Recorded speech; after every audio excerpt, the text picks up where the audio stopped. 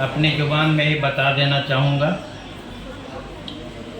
दीवानी कानून में घरेलू हिंसा को पर्याप्त रूप से शामिल नहीं किया गया था।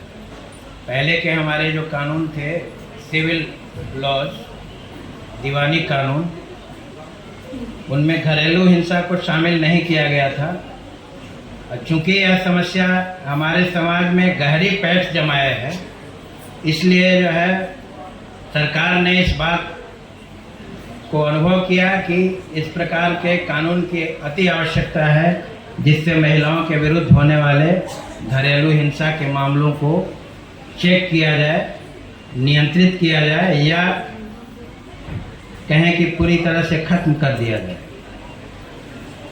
किसी भी अपराध को पूरी तरह खत्म करना संभव नहीं होता है, लेकिन उसको नियंत्रित किया जा सकता है, कम किया जा सकता है। इसी उद्देश्य से घरेलू हिंसा से महिलाओं का संरक्षण अधिनियम 2005 बनाया गया, जो अभी लागू है। इस मामले में आप क्लियर हो लेंगे कि यह एक दीवानी कानून है।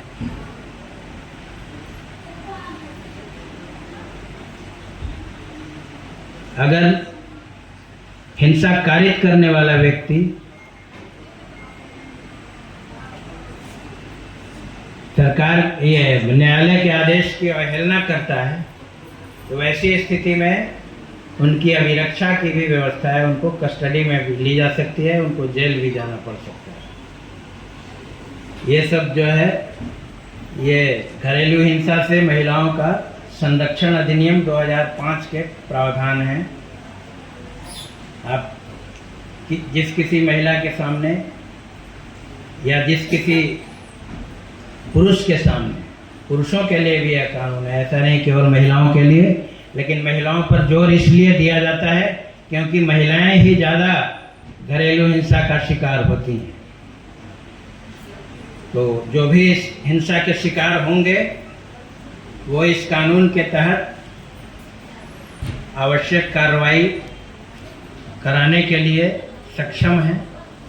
उनको उनके सुख सुविधा के लिए, उनकी समस्या का समाधान के लिए इस कानून में पर्याप्त प्रावधान किए गए हैं। अगर अब एक प्रश्न आपके दिमाग में ये हो सकता है कि अगर घरेलू हिंसा की कोई समस्या आती है तो उसकी शिकायत कहाँ करें?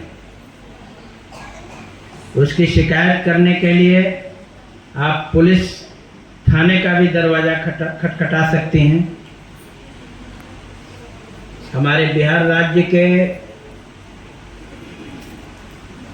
1380 है, शायद हो सकता है कि फिगर में कुछ गड़बड़ी हो, लेकिन लगभग 1380 थाने हमारे बिहार राज्य अंतर्गत कार्यरत हैं। इन 1380 थानों में से 850 थानों में महिला हेल्प डेस्क की स्थापना की गई है। महिला हेल्प डेस्क की स्थापना keeping in view the convenience of ladies only, ladies, women and female children. तो पुलिस थाने में जो है 850 थानों में तो महिला हेल्प डेस्क स्थापित हो चुका है। बाकी के जो थाने बचे हैं उनमें भी महिला हेल्प डेस्क की स्थापना की प्रक्रिया प्रारंभ कर दी गई है। निकट भविष्य में ही हम उम्मीद करते हैं कि इस वर्ष के अंत तक बिहार राज्य के 100% थानों में महिला हेल्प डेस्क की स्थापना हो जाएगी, जो महिलाओं की समस्या को ध्यान में रख करके ही गठित किए गए हैं। महिलाएं किसी भी प्रकार की शिकायत लेकर वहां जा सकती हैं महिला हेल्प डेस्क में। ये नहीं है कि जिस मामले में FIR दर्ज की जा सकती है, कॉग्निजेबल ऑफेंस हुआ है, तो ही महिला हेल्प डेस्क में जाएंगी। नहीं, घरेलू हिंसा हो या अन्य किसी प्रकार की समस्या हो, उसे लेकर जा सकती हैं। महिला हेल्प डेस्क में कार्यरत पदाधिकारियों, कर्मियों का दायित्व होता है,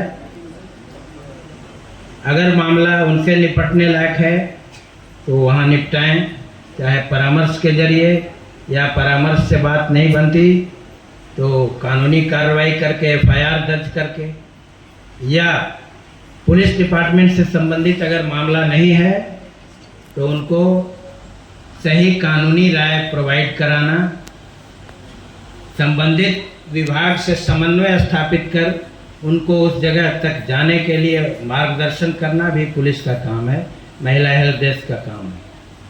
तो महिला हेल्प डेस्क महिला सशक्तिकरण की दिशा में एक महत्वपूर्ण कदम है, बिहार सरकार के द्वारा उठाया गया। ऐसे ये केंद्र प्रायोजित योजना है, केंद्र से इसके लिए फंड आता है, उसका क्रियान्वयन राज्य सरकार करती है। तो हम लोग जो है बाकी बचे जो थाने हैं 400 कुछ बच्चे हैं, उनमें भी महिला हेल्प डेस्क की स्थापना संभवतः है इस वर्ष के अंत तक हो जाएगी।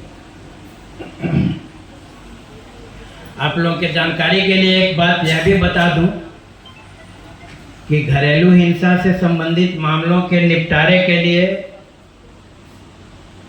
पुलिस मुख्यालय स्तर पर भी एक परामर्श केंद्र कार्यरत है, जहां समाज कल्याण विभाग के विशेषज्ञ परामर्शियों के द्वारा घरेलू हिंसा से संबंधित मामलों का निष्पादन किया जाता है।